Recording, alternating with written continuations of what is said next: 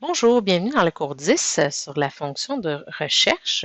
Vous avez deux fonctions de recherche, recherche V pour verticale et recherche H pour horizontale.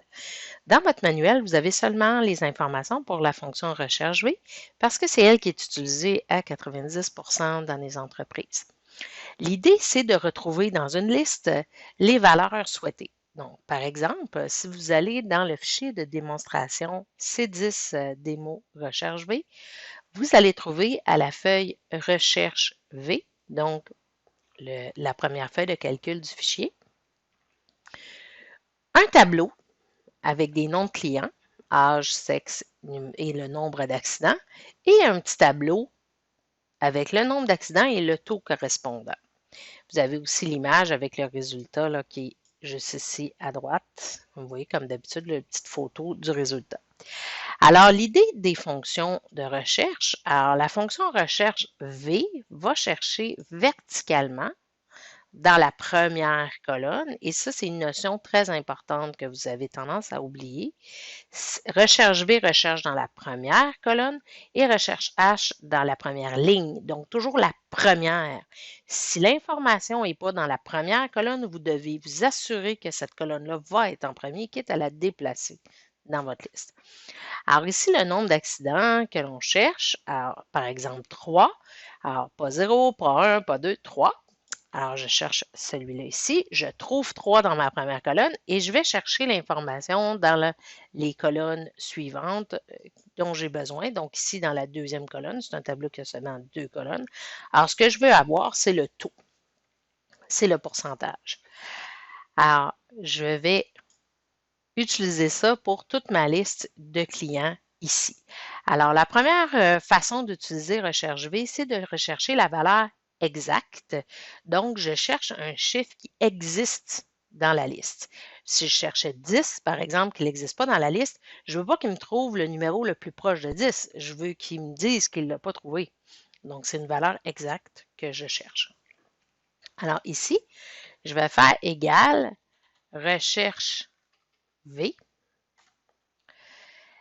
La valeur recherchée, c'est le chiffre correspondant au nombre d'accidents pour Paul. Là, à cause de la fonction ici, étant donné que je suis dans la cellule et pas dans la barre des formules, que je la vois, je ne suis pas capable de sélectionner la cellule qui est à côté. Par contre, je sais que c'est F6 parce que le nombre d'accidents, c'est la colonne S et je suis dans la colonne 6.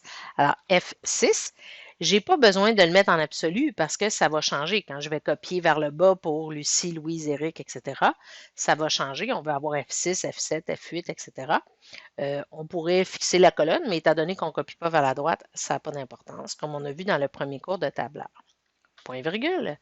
La table matrice, c'est la liste dans laquelle je cherche. Donc, je prends ma table à partir du titre ici, je sélectionne et là, j'ai besoin de faire F4 pour m'assurer que c'est en absolu. Parce que quand je vais copier vers le bas, je ne veux pas qu'il cherche à partir de F18, après ça F19, parce qu'il va chercher des cellules vides, puis il va manquer les premières lignes de ma table.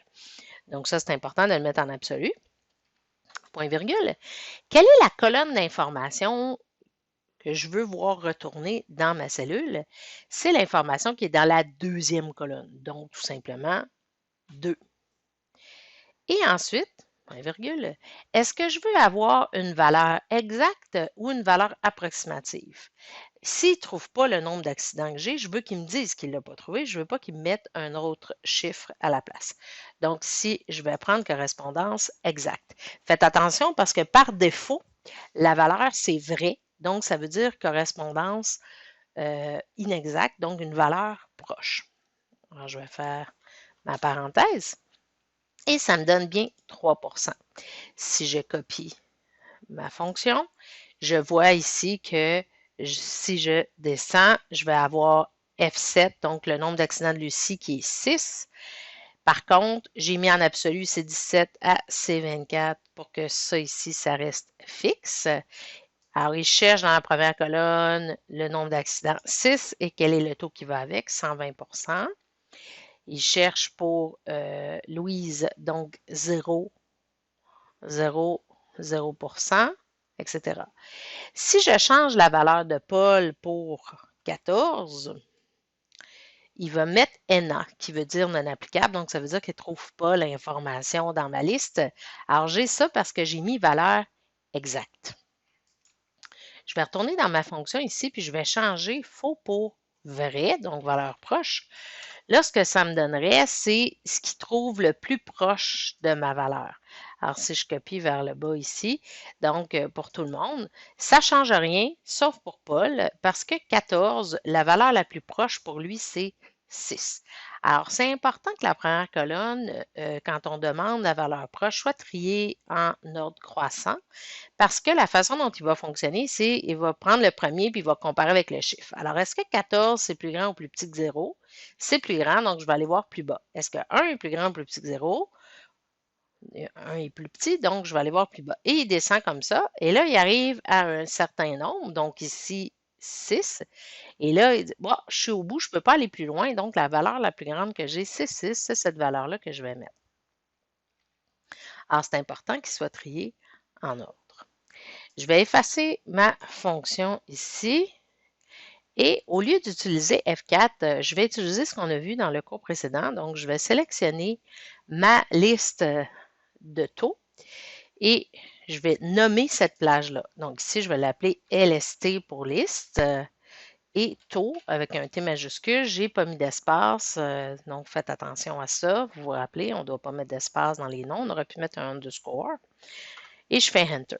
Alors, j'ai la possibilité de faire exactement la même formule, mais en utilisant ma liste. Alors ici, égal, recherche V, la valeur recherche F6, point virgule, ça n'a pas changé. Ici, la table, au lieu de la sélectionner, je peux taper LST et là, je vais le trouver dans la liste taux, ou j'aurais pu utiliser dans l'onglet formule, le petit bouton dans la formule qui me ramène ma liste de plage, comme on a vu au cours précédent.